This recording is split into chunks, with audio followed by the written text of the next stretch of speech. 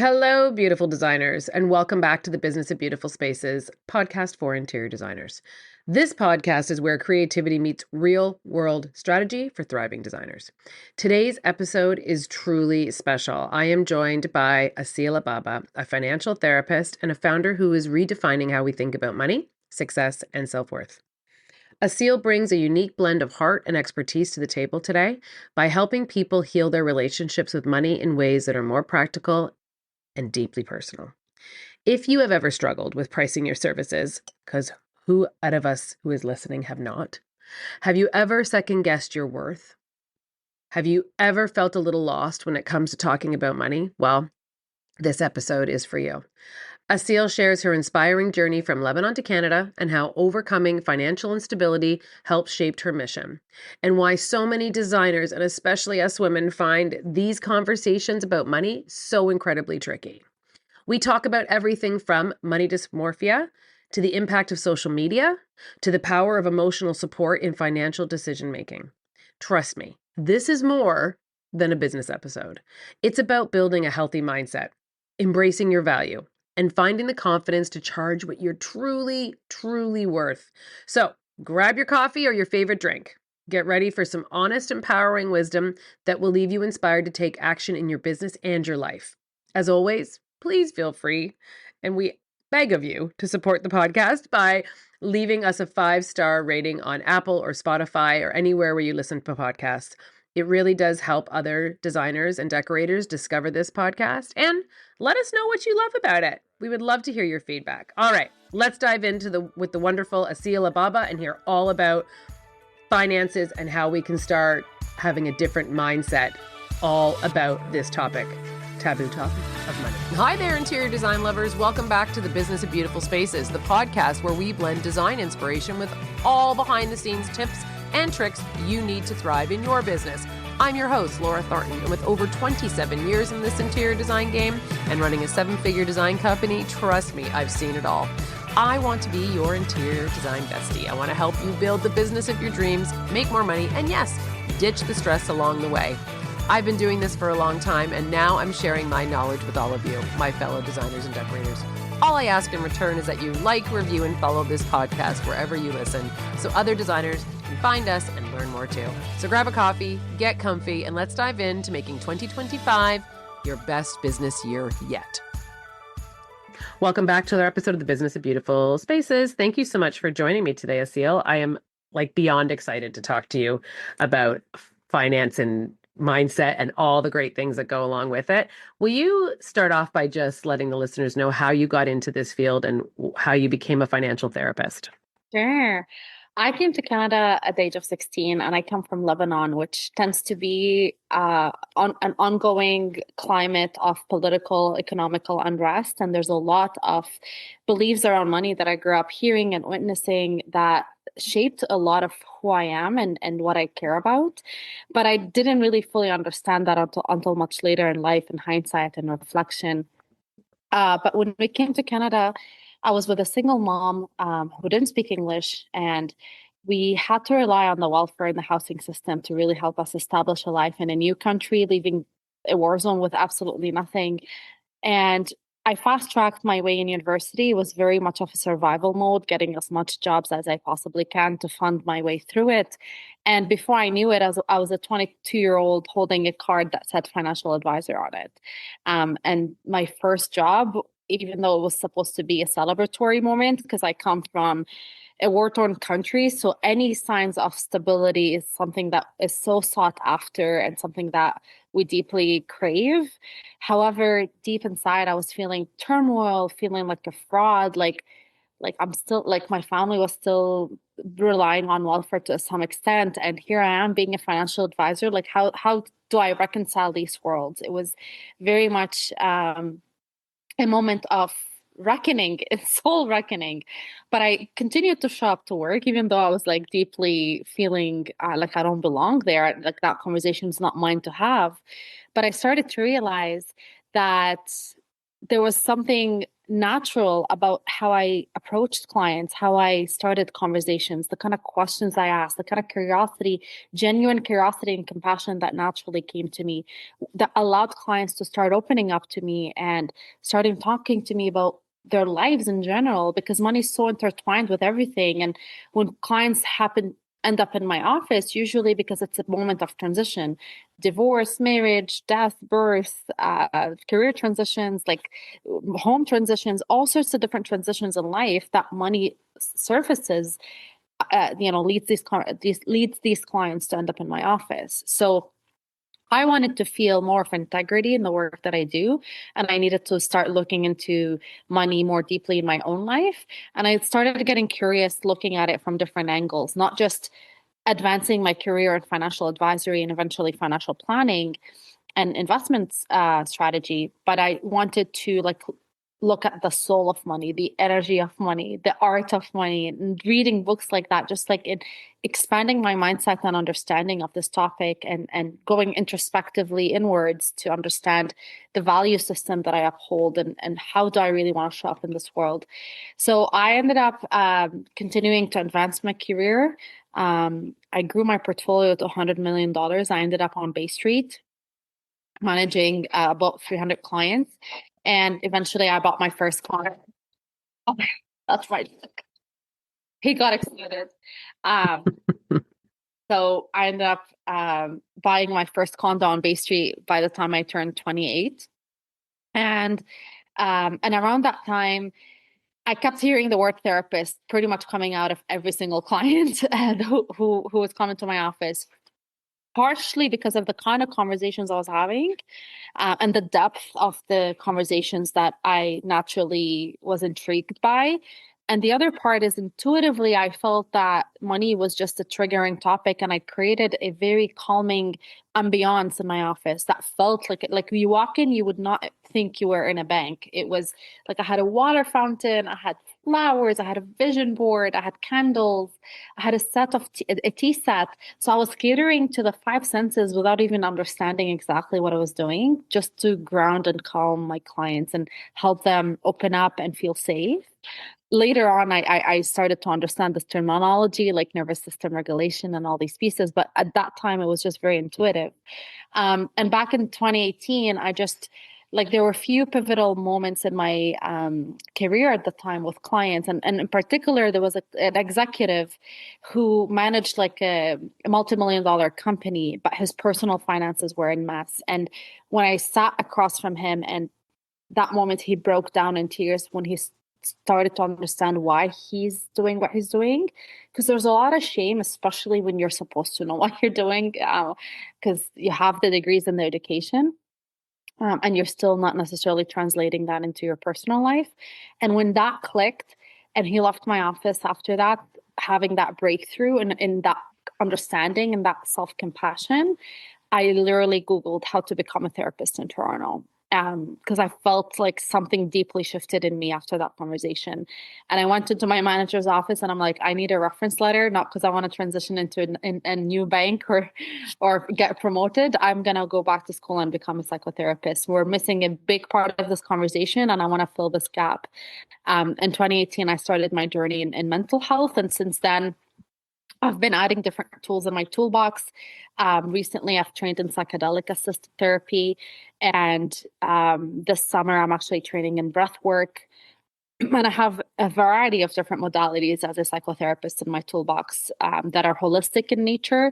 But this conversation is beyond numbers, and my support to clients is holistic in nature to take into consideration the cognitive, but the somatic, like feeling safe around money, and starting to understand all the different wirings, how we feel in our body, the emotional layers, and then the thought layers, and then the behavioral layers, and then the relational layers, because it's a big part of it is relational. So there's, yeah, I could talk about this for hours, Yeah. but I deeply, deeply found my life's purpose. I deeply believe in that. And the reason it excites me is because I know that if I zoom into someone's life, shifting this one area has a ripple effect across everything. Um, but even if I zoom out in the world and looking at the bigger collective issues that I also deeply care about, shifting this area also has a ripple effect in changing our world. So it excites me whether I want to look at it at the macro collective world level or like the micro individual level.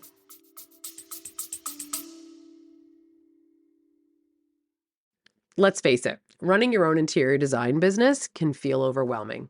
But guess what? You don't have to do it alone. I am so excited to introduce a brand new way to get the support you need. One-on-one mentorship with me, Laura Thornton, your interior design bestie.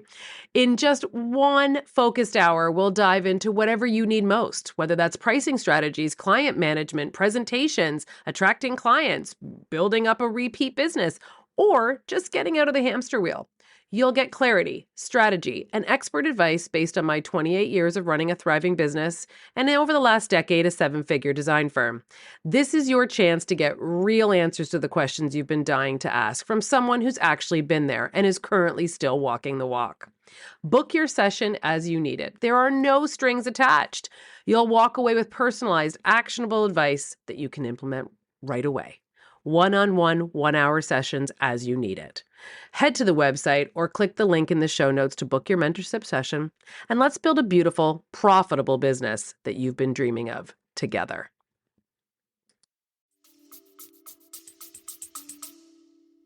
I'm so fascinated by, well, it sounds like you're also part interior designer with your office, which I found fascinating because I always make a joke with my client, like when we talk about what we do for our clients. I'm not making light of it, but I often say, yes, we're an interior designer, but we're also part therapist because Yeah. we have to be in the most intimate part of our clients' lives. And then, they'll have full fights in front of us over what they want and then like arguments over the money. And we're privy to all of this. And so, I mean, we're not, but at the same, we're not therapists, but it feels like sometimes we're having to navigate and like, negotiate. So maybe we're part lawyer, part therapist and interior designers, but it does feel like there's some of that world that we have to deal with when it comes to making decisions with our clients. But I love that you did the five senses in your office without even putting that together. Yeah, So, absolutely. I mean, I don't know if this is still a thing. I'm 51. So I'm saying that only because I'm going to give you like age range to know that I am the daughter of two immigrants who came to this country and money was not discussed. It's still not discussed. It is not something that you talk about. It's like, politics, religion, and money, the three things that we were always taught not to talk about. I feel like that is changing, thank goodness. But it is still money talk, I think, is still taboo. And I think that that is especially true in our industry because one of the questions I get asked the most through this podcast, and it was actually the catalyst to start the online course, is how do you charge for your time? How do you invoice? How are you marking up product? How are you? People don't know, business owners don't know where to start, and they don't know where to look, and they don't know where to ask. And so I guess the question is, in an industry like ours, where we're pretty open in so many ways, why is money talk so taboo still? It's very interesting that you referenced like your age and the um, Yes, because start of I hope it's changing like most of the world is. yeah. But the reason I say that is because a lot of people think their culture or their demographic is unique to this concept of money being a taboo. And yet I find it's such a universal challenge. Uh, I have clients across the world who constantly have patterns that surface that are so similar. There's even certain proverbs or quotes that are translated in different languages that imply the exact same thing around money being the root of evil or um, you know correlating wealthy people to greed and selfishness and things like that. And there's universal proverbs that constantly reinforce that message. So I think a big part of why money is a taboo is because there's a perpetual spread of that message across various different ways in how we consume it, be it our media, our books, our music, our upbringing, our religious institutions or spiritual upbringing, whatever they may be. There's all these different ways in how this message is constantly perpetuated. Like I have a toddler who's 2.5 years old, and recently I came across the story Jack and the Beanstalk. And I'm like, oh, I remember this story when I was a kid. And now that I was reading it again to him from the lens of the adult, but also from the lens of a financial therapist, I was like mortified because not like think of it. I don't know if you are you familiar with the book? Yes, yes. Okay, so let's The dissect beans it and the for a second. cows and yeah. So there's this poor kid basically who just planted this beanstalk and went to this rich monster. First of all, the rich person happens to be a monster, and he's Right. above the clouds because you can't even reach him, Untouchable. Yeah. untouchable. And this poor kid felt entitled for his money that he actually killed him so he can take his money. So everything about that story is wrong. Okay, there's like Which is so funny because, of course, as a kid, you don't put any, like, I haven't read it since my kids were little, but you don't even put that together until you're saying it. yes, How, but like I yeah, was reading it from that lens and I was like, what is happening right now? But like if you look at different Disney stories and if you look at different even music, even different genres, there's always these messages. And it's fascinating because a lot of them are embedded and subconscious, but then if you continue consuming things that reinforce that, it makes money such a taboo. And then religious and spiritual teachings also have deep dissonance and conflict with what we perceive money and wealth to be. Now, if we zoom out, money in itself is a very neutral thing. It's all our projection, it's all the meaning and the value that we attribute to it that makes it the taboo it is. So it tends to be associated with power, with control, with greed, with selfishness. Like it's different things for different people. Obviously, on a conscious level, we associate money with freedom, opportunity, security, safety, and that's really what we seek mostly as human beings when we say we want more money. It's really wanting these values that we think money can support us in enhancing in our lives. But the part that we have dissonance with is the other part that what we think money truly represents. So I have sometimes clients in just asking them like, what is it that you want? There's all often like an answer and then like a long justification to why they think they deserve it or want it. Like there's not even um comfort or confidence in even claiming what it is we want. So I tell clients that a lot of the times healing a relationship with money requires us to heal our relationship with desire, with joy, with deservability. Um, and there's something about that that really in itself is telling. Um, and yeah, this conversation is so vast. So I I was prepping you a little bit about our industry, and many designers are struggling with undercharging for their time. Mhm, I don't know if it's lack of confidence, but we constantly shave off numbers or hours or however you bill off your invoice. mhm. And whether that is guilt for charging what I don't know what the reasoning is, if we feel like it's unjustified or we spent too much time. But what is happening in our, what is happening? Why would we do that? Why are we undervaluing our worth? I mean, that's what I'm terming. Is that incorrect? What would you think the reason is? Sure. Now, I don't know if that's too broad, but it is something that is universal. Everyone's done it. I don't know a designer who hasn't. Mhm.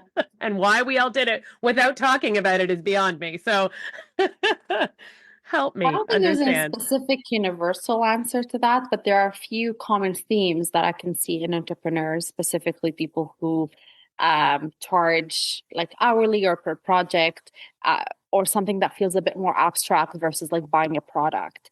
Um, so there's definitely layers of worth, like, and I personally, I'm not a fan of this phrase, like charge what you're worth. It's not charge what you're worth, it's charge what your work is worth. Hmm. Um, and there's a big difference in that. And I'm very cognizant of the words that we use because words have vibration and it's very important that we become aware of them. One of the things that helped me starting to heal my relationship with money, especially when I transitioned into an entrepreneur and started to need to do similar things like you're saying, understand what my hourly rate is or what my retainer, or all these different things are, is starting to look at money with the equation of money equals value creation. And when I started to look at it from that angle, money equals value creation, it offers a very different, a more lighthearted way, at least for me, to make to feel excited about that energy exchange, like to feel excited about the value I'm providing and feel very much at peace and even excitement and optimism about what I will receive in return versus what money used to represent for me with all these subconscious things I've inherited from my culture and upbringing and all these things around it. So part of why people are stuck in that undercharging or guilt or barriers, like a glass ceiling to what they think they can earn. Part of it is um, like sometimes they grow up in an environment where no one else has made it, and that part is also scary for them to feel like they're starting to grow beyond a certain limit. We all have a financial thermostat, an upward and a downward ceiling and a floor to what we think we earn or where we think we belong. It's a belonging piece. And we are wired as we're tribal. We're wired to need to belong because it's ingrained in our safety. So even the illusion of us diverting away from our community, from our family is very scary. And we tend to sabotage ourselves when we start to do that. So I see this very common in entrepreneurs who potentially grew up in families or communities where there was a ceiling to what that is. And now there's guilt associated with wanting to break that ceiling. Not just guilt, but also fear. Um, so that's part of it. Or it could be, like I said, there's no universal answer, but that is a common thing I notice in clients. Another one is like the dissonance in what money represents and the meaning around it. And the other part is also self-worth and desirability. Like feeling like you don't deserve or you're not capable or you just need another course or another certification to prove that you have the right skills, um, or that you're worth this or your work is worth this much. So there's layers and layers to what that is. And my work with clients is to help them answer these questions for themselves. Why you do what you do, where does it come from? And most importantly, to shift the conversation from a space of criticism, because that's often associated with shame, into a space of compassion. So it's not like, what's wrong with me? It's more about like, what happened to me? And there's a That's very big shift interesting. Yeah. in Yeah. mind.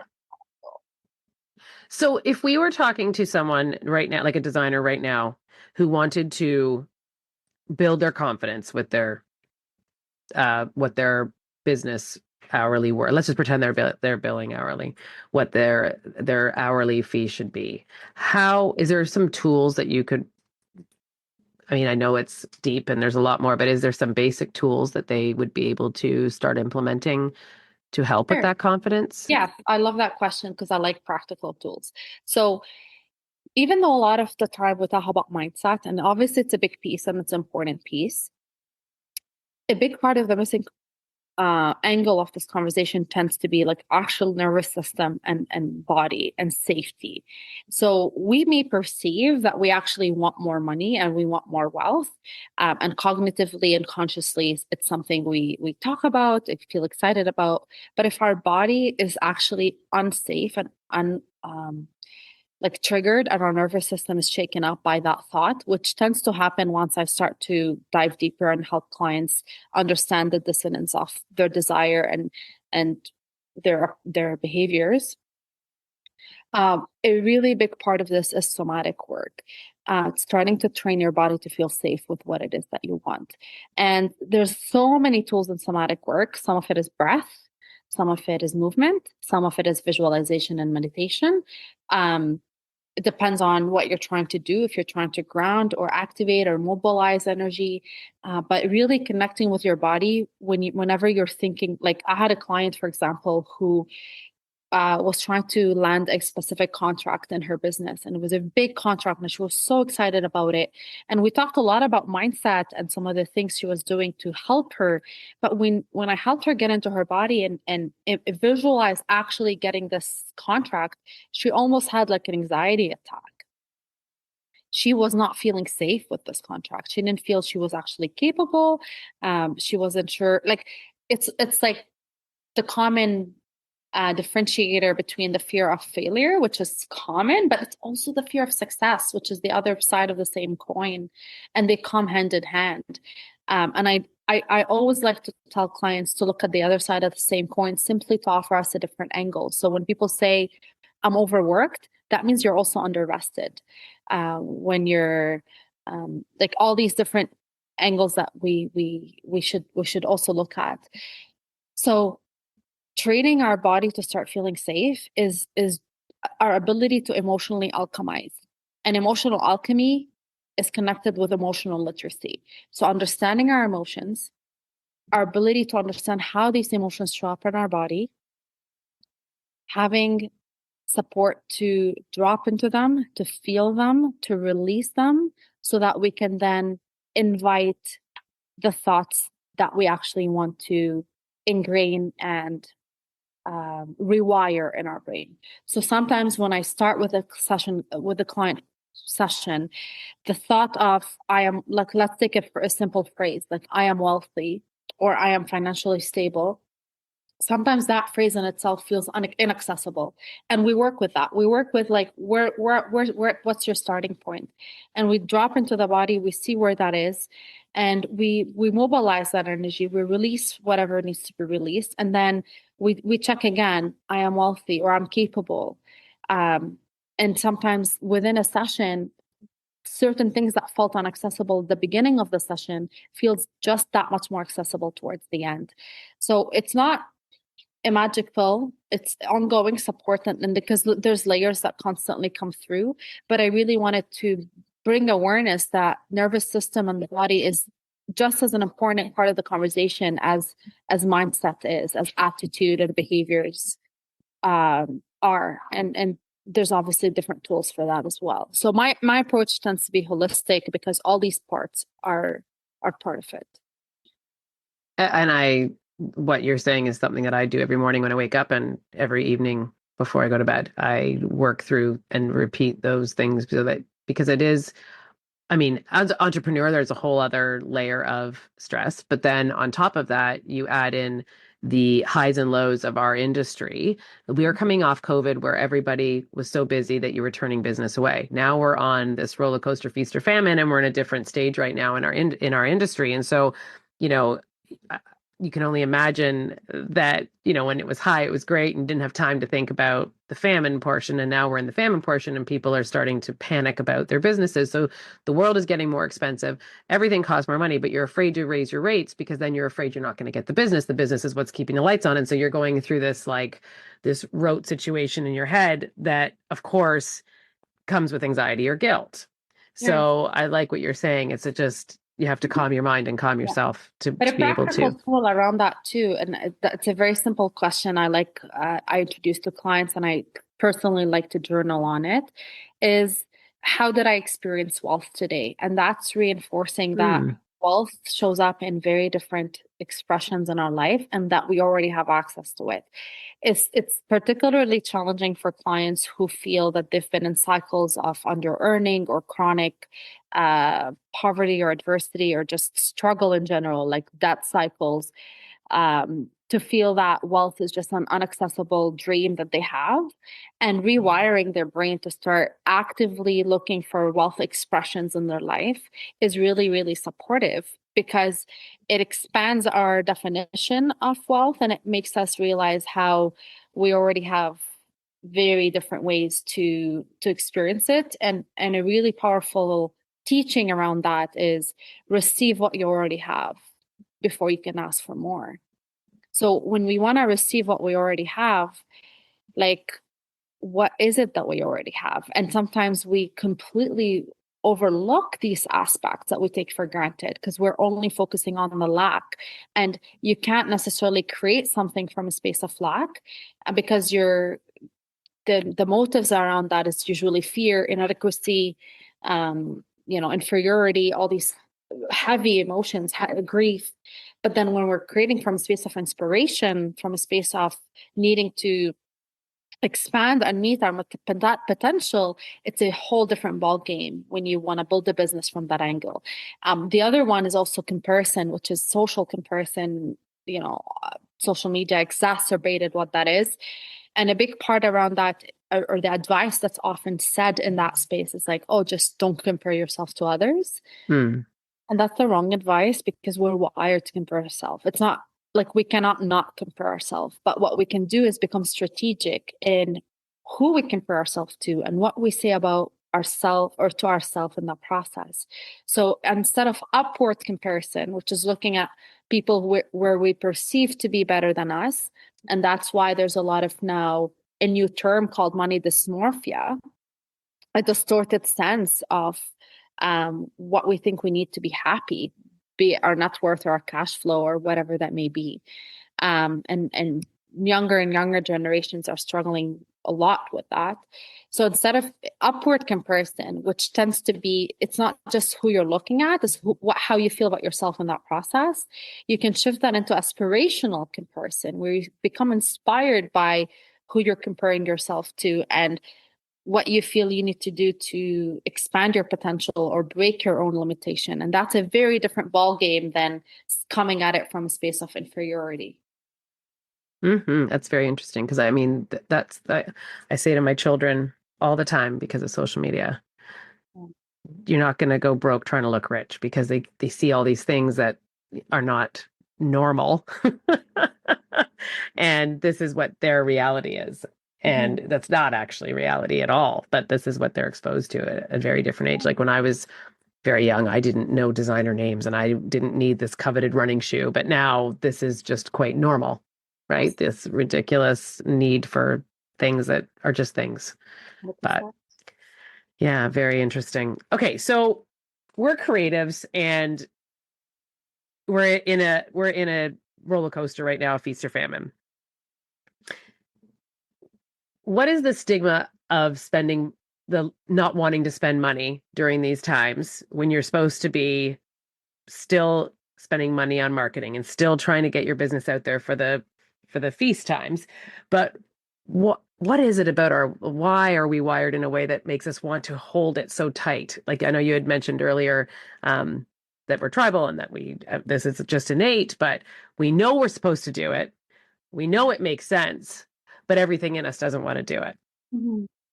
And this is why you can't approach an emotional problem with logical tools. So you can know it, but if you can't feel it and your body is fighting against it because it's in a state of flight or fight, no logical tool, no mindset shift will support in that because the issue is the flight or fight response that your body is being triggered by, and that's why the tools need to shift into more like emotional processing, nervous system regulation, so that you can support your body to become aligned with what your mind knows it needs to do.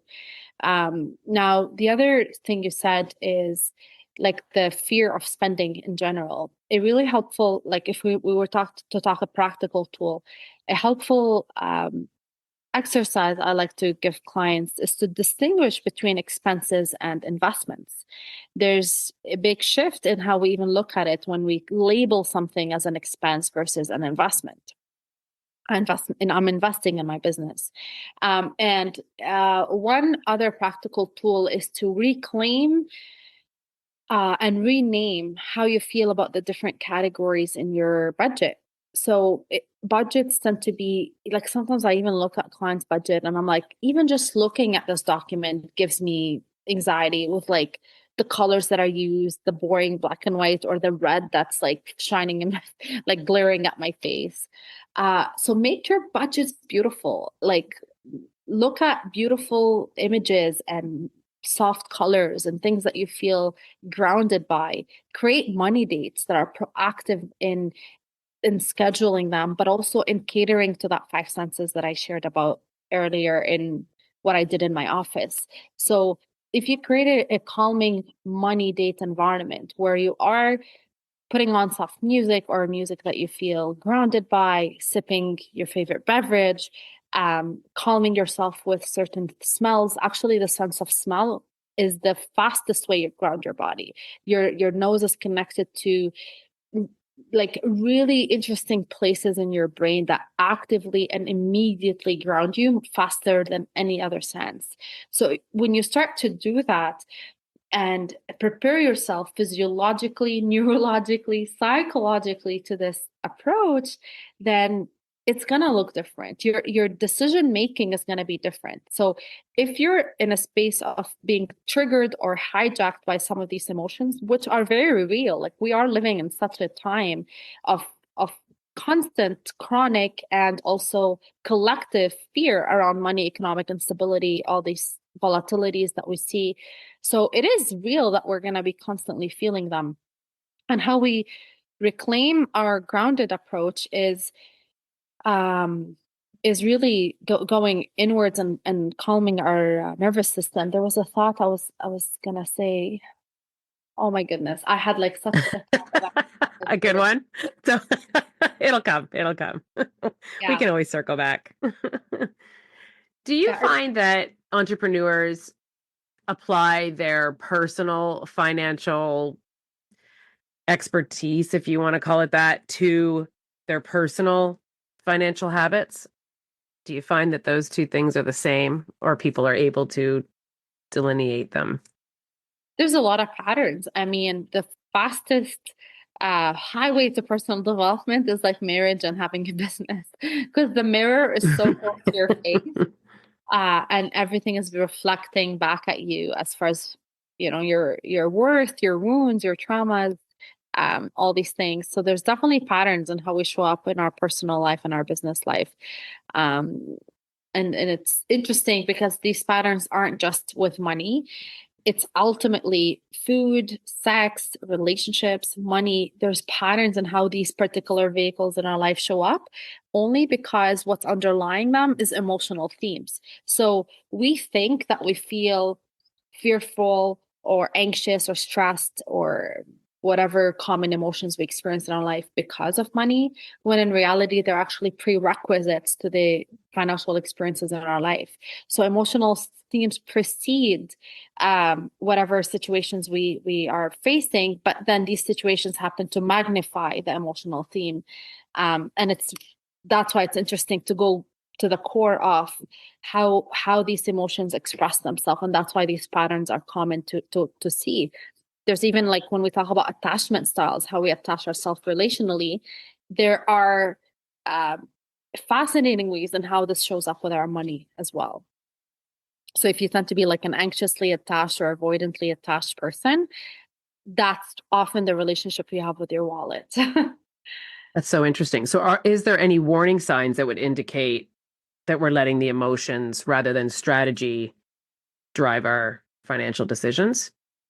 So it's scientifically proven once you're triggered, the cognitive part of your brain is hijacked, and your amygdala and the emotional side of your brain is the part that's driving the emotion, which is why it's very important to regulate yourself to bring back the cognitive abilities back online. So if you're in a state where you need to make a marketing budget or execute on a strategy that you know will help your business, but you're in a state of fear or anxiety, and often it may not necessarily be just correlated to what you're experiencing in the moment. It could be compounded by childhood trauma experiences along the way that you've dealt with. We say what's hysterical is historical. So if something is not proportional to the situation at hand that is in the present moment, often there's historical roots to it, which is why sometimes these emotions are even much more magnified in our reality than they need to be. And sometimes they're not even ours. It could be intergenerational. Like there's so much to this Hmm. conversation than just what you're dealing with because of the headlines in the news today. And that's why this conversation is important and deeply satisfying and fulfilling for me to address. And uh, when we are able to calm our emotional brain and calm our body, our cognitive abilities are back online, which allows us to make better decisions, become more strategic, and execute on what you know. Circling back to the question, why is it that we know what we need to do and we're still unable to execute it? Because your emotions are in charge. It's fascinating. It's, yeah, I could I could chat about this all day, but I know that you have a meeting. So can you tell the listeners how your services work and what you do, and if Sure. they wanted to reach out to you, what they Yeah. could expect? I have two lines of my business. One that I run, like for my private practice in psychotherapy. I am registered in Ontario, so people with benefits can definitely use their benefits to seek support. So I either do one-on-one sessions or group sessions that I run sometimes. I also do workshops and keynote speaking for organizations, nonprofits, community groups, gatherings, sometimes even friends just have like a retreat and they just invite me to run a workshop for them.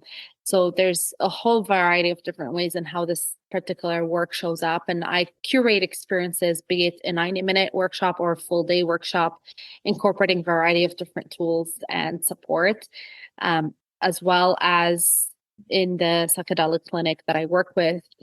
We work with ketamine for clients who are interested in diving even deeper and working with plant medicine, supporting them in just the healing journey. So that is a different offering because I'm affiliated with a psychedelic assisted therapy clinic in Vaughan called Atmasina. And that's different than my private practice. I'm an independent contractor there. So bottom line is, if this conversation feels like it would be beneficial for you to have in your life, I always offer a complimentary consultation to get to know where the client is at, what support they're looking for, what success looks like for them, and establish a resonance check if we feel like we're the right fit for each other.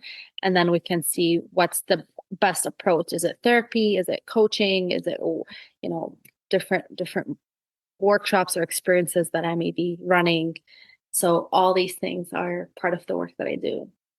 That's amazing. Such a vast service offering. So basically, anyone can find something that works for them. I'm going to ask you more about the breath work because I just listened to a fascinating podcast on the Diary of a CEO, and it was all an hour about the breath work, and it sounds fascinating. So when you just said it, I was like, oh, I'm gonna everything happens for a reason. Now I know where to where to get hooked up.